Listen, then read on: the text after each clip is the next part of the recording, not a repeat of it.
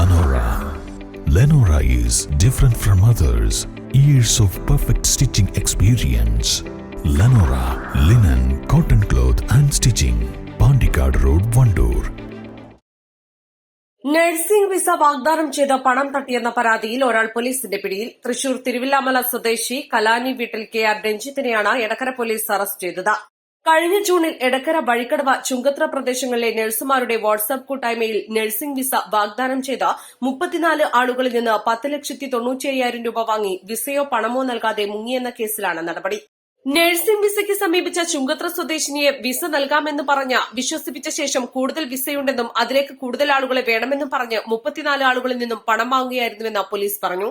പിന്നീട് പോലീസിൽ പരാതിയായതിനെ തുടർന്ന് മുങ്ങിയ പ്രതിയെ എടക്കര പോലീസിലെ അന്വേഷണ സംഘം മൊബൈൽ ഫോൺ കേന്ദ്രീകരിച്ച് നടത്തിയ അന്വേഷണത്തിൽ തൃശൂരിൽ വെച്ച് പിടികൂടുകയായിരുന്നു.